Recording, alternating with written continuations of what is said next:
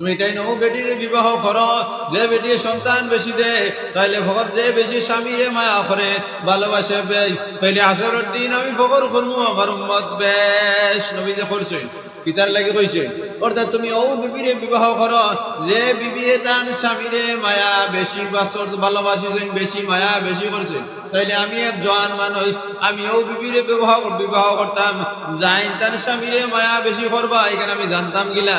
তখন জানা গেলে কি মুহাদ্দিসিনে কেরামে ফরমাইতরা তাই মার ইতিহাস টুকাও আর তাই নানির ইতিহাস টুকাও। মায় যদি তাই অর্থাৎ এই ফুড়ির মায় যদি তার স্বামীর লাগে ভালো ব্যবহার করেন, এই ফুড়ির নানিয়ে যদি তার স্বামীর লাগে ভালো ব্যবহার করেন, তাইলে এই বংশ থেকে যে ফুড়ি এইবা তাই ভালো ব্যবহার করবা। একটার পথ আমি ভাইলাম ঠিক সেইভাবে বাচ্চা বেশি দেন। যদি মা আর নানির ইতিহাস যদি দেখা যায় তারা আওলাদ বেশ, তাইলে এই বেটিয়া আওলাদ দিবা দোটার সমাধান আমারে দিলেইলা। তাইলে আওলাদ বেশ যখন দিবা, এই আওলাদ হলো আখিরি নবী মুহাম্মদুর রাসূলুল্লাহ সাল্লাল্লাহু আলাইহি ওয়াসাল্লামের উম্মত বেশ হইতা, এরা নেককার হইতা। নেককার হওয়ার কারণে এই সাবজেক্টের সারা গুনারে অর্থাৎ মাফ করে দিয়ে তানে নেককার বানানি হইছে, জামাইয়ের বউরে নেককার বানানি হইছে।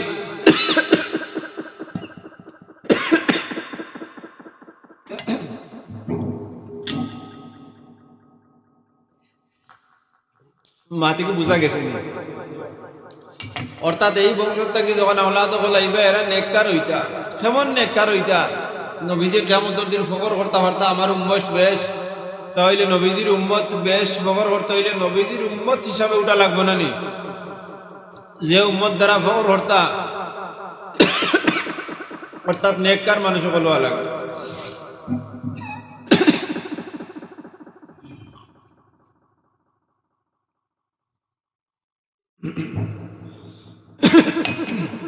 অর্থাৎ নেককার মানুষ হওয়া লাগবে। তাইলে যদি এই মানুষগুর বিয়ার দিন তার গুনাহ গুণ মাফ হয় না, তাহলে তো হে গুনাহগার রইল না নি? হে যদি গুনাহগার হয়, তার মন যদি গুনাহগার হইয়া থাকে, তাহলে ডালই গুণ নেককার হইতে পারবো নি? ডাল নেককার হইতে পারতো না। এর লাগি আল্লাহ বিবাহর দিন তারে নেককার অটোমেটিক বানাইয়া দিলেইছি।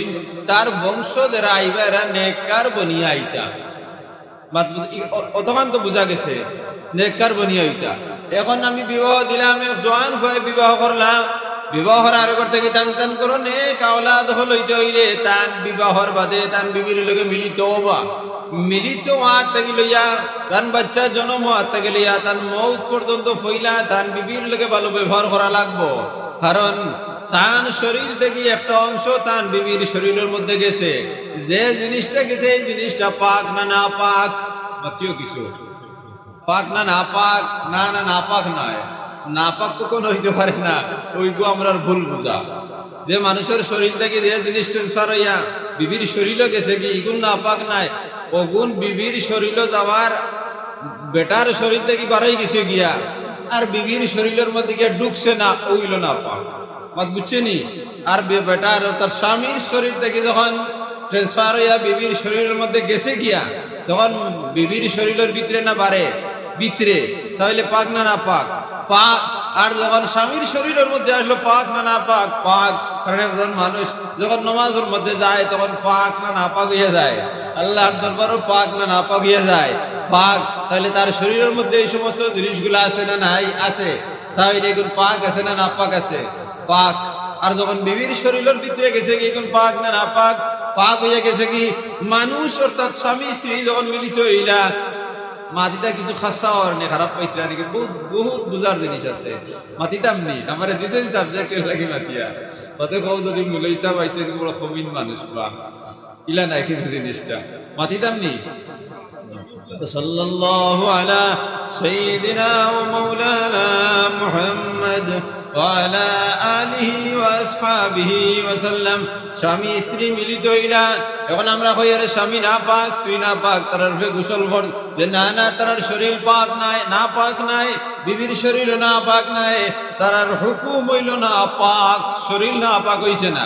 কারণ যদি এক বেটার যদি গোসল ফরজ হয়ে যায়, ফরজ হওয়ার পরে যদি শরীর না পাক, তাহলে নাপাক জিনিস লইয়া হে যদি কোনো জিনিস খায় তাহলে এইগুলো তো নাপাক হয়ে যাব না মাত্র না কিতার লাগিয়া নাপাক লগে যাইব কি গতিকে তার হুকুম হইব নাপাক শরীর নাপাক নাই যেমন আমরা মানুষ মুমিন হল যারা আছি আমরা পাক যারা বিধর্মী মানুষ হল এরা নাপাক নি না নাপাক নাই হুকুম নাপাক যদি তুমি কোনো হিন্দু মানুষ কোনো খ্রিস্টান মানুষ কোনো শিখ মানুষের যদি এক গ্লাস পানি তয় খাইয়া আর খাওয়ার পরে যদি তুমি এগুলো খাইলাও তাহলে তোমার শরীর নাপাক না পাক পাক কারণ তার শরীরের হুকুম না পাক শরীর পাক কারণ যদি না পাক হয়ে যায় তাহলে তো এই পানি গুণ খাওয়ার পরে যদি হে যদি নাপাক হয়ে যায় তাহলে কিন্তু জুটা এগুলো নাপাক না আর নাপাক গুণ তোমার ফেটে গেলে এগুলো তো নাপাক না নি একটা কুকুরে যদি একটা ওগুর মধ্যে পানি দিলায় মুখ দিলায় পানি পাক না নাপাক মাথা নাকি তাহলে নাপাক কিন্তু তুমি খাইতে পারবে না খাওয়া হালাল নি মোটেও হালাল নাই কিন্তু যদি এখন বিধর্মী মানুষে এক গ্লাস পানি দইয়া তয় খাওয়া হালাল না হারাম হালাল কারণ হে তার শরীর পাক হুকুম না পাক আর যেটা অরিজিনাল আসলি নাপাক জাতি নাপাক যে জিনিস আছে মূলত নাপাক যেমন শুকর আছে কুকুর আছে এগুলো তো মূলতও নাপাক নানি এগুলো জুটা যেগু সোয়াদ এগু ইগো নাপাক বুঝা গেছে নিমাত তাহলে শরীরের নাপাক কইতে গোসল ফরজ হওয়ার পরে যে শরীরের নাপাক খোয়া হয় এই নাপাক এগু জাহিরি নাপাক নাই হুকুম নাপাক কারণ জাহিরি নাপাক হইলে তো এনে সইতাই ভরতেন বুঝা গেছে নিমাত তাহলে যখন একজন মানুষ থাকি যখন একটা পদার্থ গিয়া একজন মেয়ে মানুষের গর্ভের মধ্যে ঢুকিল যখন বৃত্তর থাকি বারোই আরো বৃত্তর মধ্যে গেল কি তাহলে এটাও পাক এটাও পাক বাহিরে যে গোয়াই দিব গুনা পাক হয়ে যাব কারণ এই জিনিসটা কোনো খাজর নাই যখন তুমি বিবির লাগে মিলিত হইবাই মিলিত হওয়ার পরে ও যুবক ভাই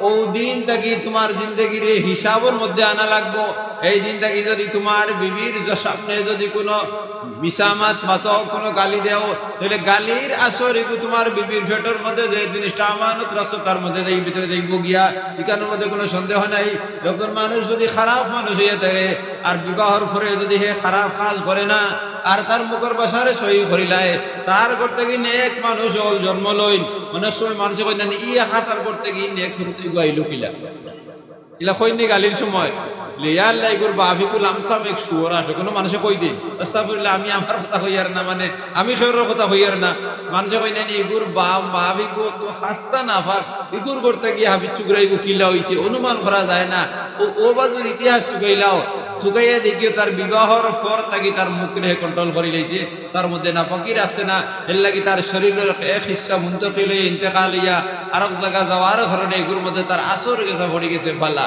এখন যে পানি যেগুলা বিবির শরীরের মধ্যে গেল এই পানি গুণ তে মাত বুঝেনি না বুঝে না লম্বায় মাত এগু আছে শরীরের যে সমস্ত জিনিস জানোয়ার যেগুলা আছে অর্থাৎ মখলুকাতের মধ্যে জানদার যেগুলা আছে মানুষ গরু মহিষ সব কিছু জানদার আছে না জানদার ফ্লোর একটা জান আছে আর বেজান ফ্লোরও জান আছে জানদারও জান আছে যেমন গাছ আছে বেজান তার জান আছে না নাই তারে যদি হো জান নাই তাহলে খাটি গেলে মরে কি জান থাকে না তো মরা এগু মরতেও পারে না এরপরে মরা দেখবো ওগুলো জান আছে মিশরের নদীর মধ্যে মিশর নীল নদের মধ্যে একবার খরা দিছে খরার কারণে আস্তা নদী ফাটি গেছে গিয়া তোমার ফারুক রাদিয়াল্লাহু তাআলা আনহুর কাছে চিঠি আইছে খবর আইছে যে নদীর পানি শুকানির কারণে এখন জানোয়ার হল গরু বেশ মানুষ সারা মরি যেতে গিয়া পানির পিপাসার কারণে তখন তাই না এখান চিঠি লিখিয়ে দিলা যে আমিরুল মুমিনিন দস্তখত দিলা আমিরুল মুমিনিন হযরত ওমর রাদিয়াল্লাহু তাআলা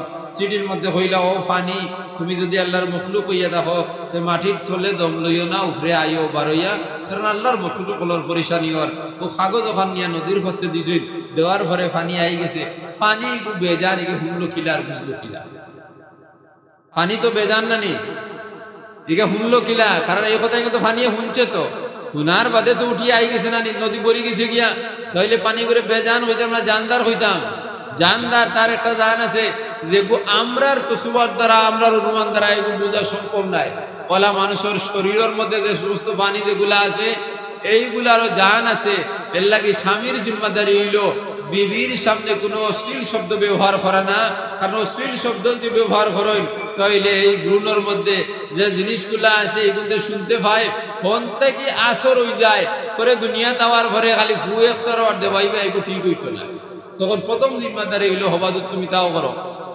যখন তোমার বিবির লোক হাসে তোমার একটা আমানত রাখি দিলাই, ওই সময় তুমি তোমার মার বাবার লোকে ভালো ব্যবহার করিলাইও।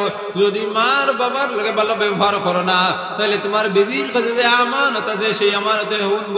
হে হুনার কারণে হেও একদিন মানুষ হয়ে তখন জমিন আইব, হে বড় হইব, বড় হওয়ার পরে হেও তোমার লোকে ভালো ব্যবহার করতো নাই। এর লাগি তার ভালো ব্যবহার করতে হইলে তুমি তোমার মার বাবার লোকে ভালো ব্যবহার করা লাগবো। মত বুঝা গেছে নি? ওই জায়গার মধ্যে তুমি ভালো ব্যবহার করা লাগবো। ওই সময় যদি তুমি মার বাবার লাগে ভালো ব্যবহার করো, তাইলে তোমার ঘরে নেক সন্তান হইব, সুসন্তান হইব, হে তোমার লাগে ভালো ব্যবহার করবো। ওই সময় যদি তুমি তোমার বাইন তোর লাগে ভালো ব্যবহার করো, তাইলে তোমার বাচ্চা দেখো জমিনের মধ্যে আইব, তার খানার মধ্যে আজি গেছে ভ্রূণ থাকা অবস্থায় তার বাবায় তার বাইন তোর লাগে ভালো ব্যবহার করছো, হেও দুনিয়ায় যাওয়ার পরে তার ভাই বোনের লাগে ভালো ব্যবহার করবো। ওই সময় যদি নমাজ তুমি পাবন্ধ হয়ে যাও, আর তুমি আর তোমার বিবি যদি নামাজের পাবন্ধ হয়ে যায়, তাইলে এই ভ্রূণ থেকে যে বাচ্চা হইব হেও দুনিয়া দেওয়ার পরে যখন তার উপরে নামাজ ফরজ হয়ে দিব কি সে নামাজের পাবন্ধ হয়ে দিব, কারণ দুনিয়ায় আমার আগে তারা নামাজের শিক্ষা দেওয়া হয়ে গেছে গিয়া। গতিকে হে নেককার নামাজি বনিয়া বাড়াইব। এর লাগে ওই সময় তুমি তোমার নামাজি বনি দাও, অর্থাৎ বিবাহের পর থেকে তুমি নামাজি বনি দাও। যখন এই সময় যদি তুমি দাঁড়িয়ে আলাদা আপনাওয়ালা বনি দাও, তাহলে তোমার বাচ্চার বুড়ো থাকার সময় তার শিক্ষা দেওয়া হয়ে গেল কি দুনিয়া দেওয়ার পরে নেককার বলতে হইলে দাঁড়িয়ে রাখা লাগে, ভাষা মাথা লাগে, সব জিনিস তোমার শুদ্ধ হয়ে দিব। এই বাচ্চা যখন মার করব তখন তার শরীর বনি দিব। শরীর বনার পরে স্বামী যখন তোমার বিবির দ্বারা ঘুমাইবার সময় তুমি নেক আমল করতে দেখিও, বাচ্চা শুনতে পায়।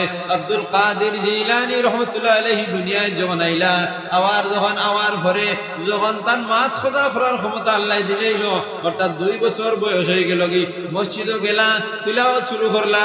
যখন তিলাওয়াত শিখানি শুরু করলা, তখন তাই আউযু বিল্লাহি মিনাশ শাইতানির রাজিম বিসমিল্লাহির রহমানির রহিম কইয়া মেসাবে কইয়া দিবার আগে তাই না 18 পারা তিলাওয়াত করি লাইলা সুবহানাল্লাহ। কারণ তার মায়ে তার গর্ভ থাকা অবস্থায় কোরআনে কারীমের তিলাওয়াত করছেন, যে তিলাওয়াতের কারণে দুনিয়া বুনো তিলাওয়াত শুনছেন, যে তিলাওয়াত থাকার কারণে দুনিয়া তাওয়ার লগে লগে তাই কোরআনে কারীমের তিলাওয়াত করে গেছেন। এর লাগি সুসন্তান বানাইতে হইলে সর্বপ্রথম ভূমিকা হইল যখন নয়া বিবাহ করবায়, তখন বিবির লগে তোমার এই সমস্ত ভালো ব্যবহার করা লাগবো। ভালো ব্যবহার করো, যদি এই সময় যদি তোমার মা বাবার লগে ভালো ব্যবহার করো, বাচ্চায় ভালো ব্যবহার করবো, তোমার আমল যদি ভালো হয় দুনিয়া তোমার ঘরে তোমার আমল ভালো হইব। ইয়াদ রেখে ভাইজান, এই সময় যদি তুমি এর আগে যদি যে সমস্ত গুনাহ না ফরমানি তোমার মা বাবার লগে করবায়, যেদিন বিবাহ করিলেইবাই এই দিন যদি একবার তোমার বাবার চেহারা বাই চাইলাও আর মনে মনে কথা হইলাও, আব্বা কতদিন আমি তোমার লোকে খারাপ ব্যবহার করছি, আইসো আমি তুফনে আপনি আমার বিবাহ দিলাইছো, একদিন না একদিন আমি হয়তো কোনো বাবা হয়ে যেতাম পারি, বাবা আজ থেকে আজ তোমার লোকে আর কোনো খারাপ ব্যবহার করতাম না। আল্লাহর যাতে ভ্রূণ থাকা অবস্থায় তোমার বাচ্চার খানোর মধ্যে আওয়াজ পৌঁছে দিব, হেও দুনিয়া হওয়ার পরে তার বাবার লোকে খারাপ ব্যবহার করতো না, অর্থাৎ ভালো ব্যবহার করা বনিলেই। আর এই সময় যদি তোমার ব্যবহার শুদ্ধ হয় না, তাইলে তোমার ফুয়া বড় হওয়ার পরে তোমার লোকে খারাপ ব্যবহার করব। একটা হইল হুকমে শরীয়ত, हुक्म शरीयत माफ हो सकती है, फितरती हुक्म फितरत माफ नहीं हो सकता। একটা কথা এক আছে, খুব সুন্দর কথা। যদি বিবাহর আগর জীবনে তাকি বাদর জীবন তুমি বদলাইলাও, তাইলে তোমার ফিতরত বনি যাইব। একটা হইল ন্যাচারাল কানুন আর একটা হইল কোরআনী কানুন। দুইটা কোরআনী কানুন মাফ হওয়া সম্ভব আছে, ফিতরত ন্যাচারাল কানুন মাফ হইতো না। কিতা জিনিস আমি কইলে হাউরি মুখ হয়ে গেছে জানি। কোরআনী কানুন নমাজ পড়া, রোজা রাখা, হজ করা, যাকাত দেওয়া।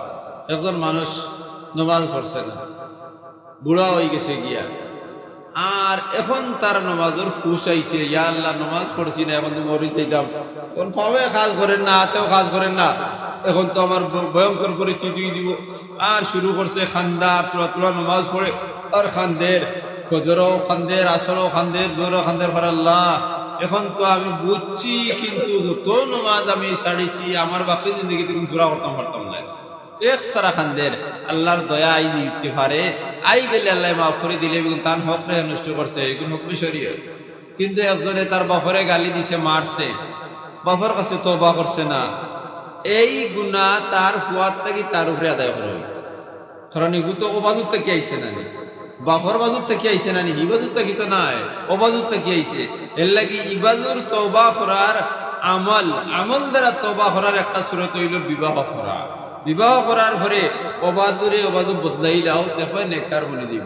অন্য যদি আপনার বিবির লগের ব্যবহারটা বাচ্চা জন্ম লওয়ার আগে ও ধরনের যত কাজ আপনি আগে করিয়া গেছেন, হযরত মাওলানা মুফতি ইউসুফ সাহেব দারুল উলুম দেওবন্দের বড় এক মুহাদ্দিস, বড় মুফতি সাহেব, তাই না আমরা একদিন উঠিয়া কইছেন যে এই মার গর্ভ থাকা অবস্থায় একটা বাচ্চা 9 মাস 10 দিন কিংবা 10 মাস 10 দিন এর থেকে আগেও জন্ম হয়ে যায়, বাদেও জন্ম হয়ে যায়, একটা বাচ্চায় বিবাহ করার পরে ও 10টা মাস, ও হইলাকুর 10টা মাস বাচ্চা জন্ম লবের 10টা মাস যদি এক জওয়ান বেটা আর জওয়ান ফুরিয়ে যদি তারারে শরীয়ত মোতাবেক করি লাইন, তাইলে ও বাচ্চার খাতিরে তারার বাকি জিন্দগি শরীয়ত মোতাবেক হয়ে যাব। সুবহানাল্লাহ।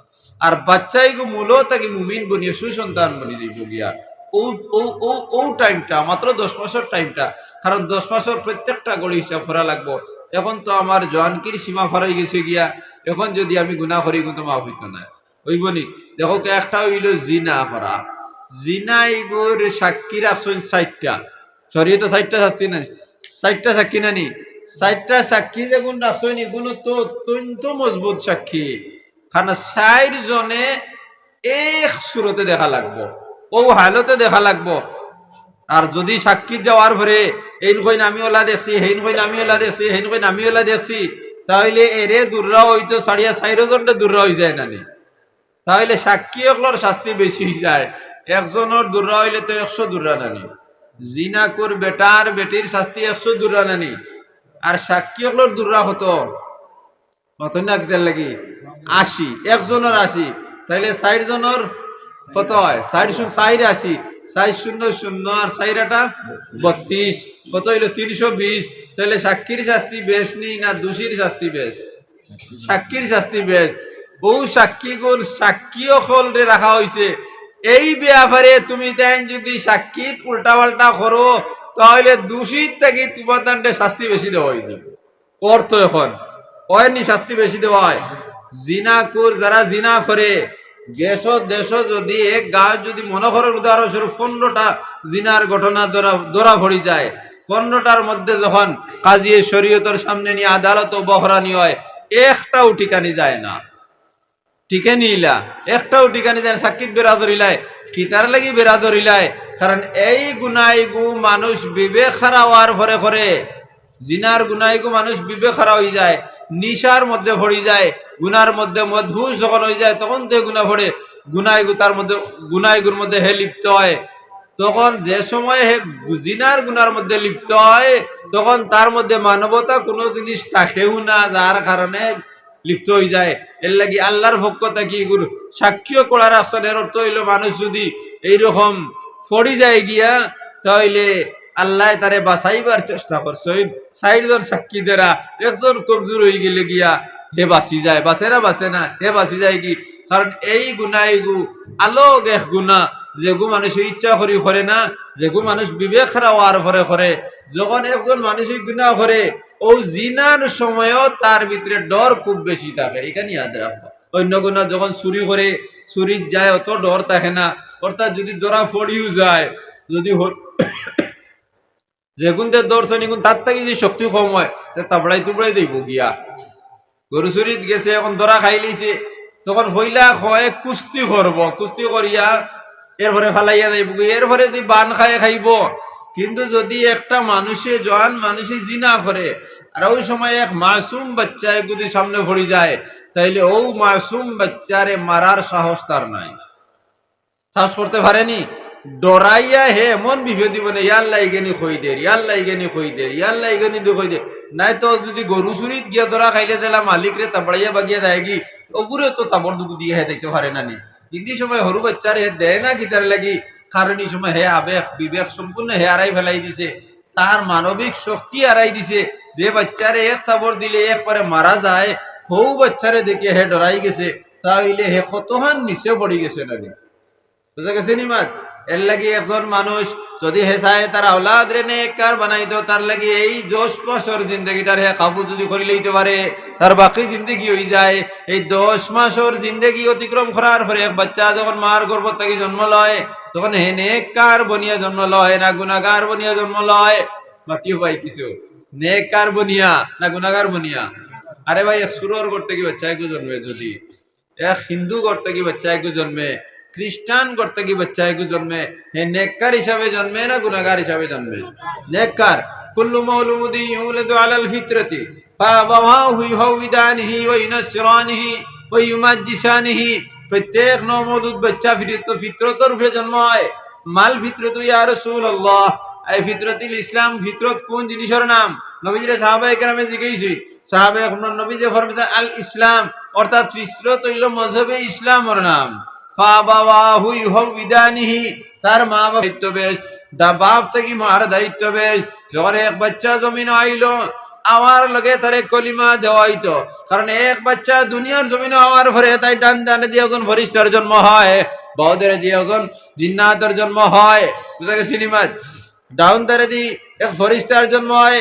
এই ফরিস্তার খাজ হইলে এই বাচ্চারে নেক কাজের মধ্যে চালানি। আর বাউদে দি এক ফরিস্তার জন্ম লয়, হামজাদ তার নাম, তার খাম হইলে এই বাচ্চারে নেককার বানাইয়া তোলা।